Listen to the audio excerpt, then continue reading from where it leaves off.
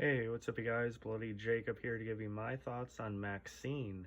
Now, MaXXXine is the anticipated third entry in the now trilogy of Ty West films, which of course started with X back in 2022, followed by its prequel Pearl, and yeah, now we have MaXXXine, the third, of course, starring Mia Goth.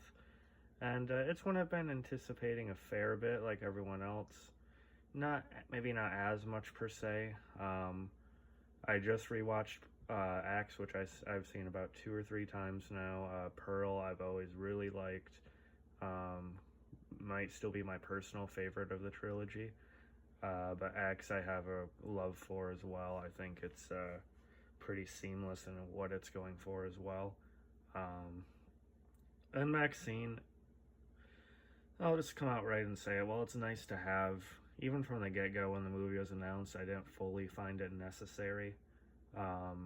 As good as Mia Goth indisputably is, and here in both the other films, I just never thought the story was needed. I think the present day the present day story of the character is, pretty much well left as like a bottle within the X movie itself. Like, sure, there's something we can follow here. There were, threads that make it make sense where it goes. It feels like a natural progression or like next part of MaXXXine's life. And by the way, speaking of that, do not watch MaXXXine without having seen X. Otherwise, it'll make even less sense for you. But that being said, it just didn't feel like something we necessarily needed to see. But over time, maybe it's more, I guess not even over time, it's just nice to have. That's the best I can say about this movie. It's nice to have, it's nice to see Mia Goth play the character again, and she again is very good, whether you like the overall package of the rest of the material or not.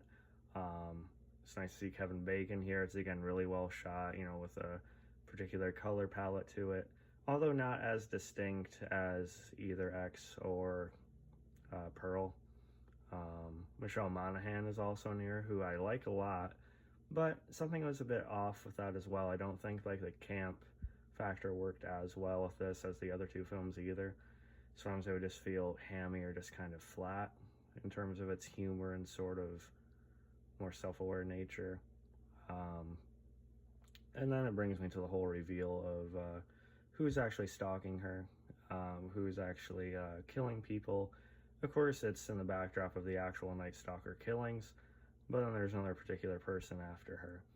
And that, well, again, it makes sense given the context of what we know from the previous films.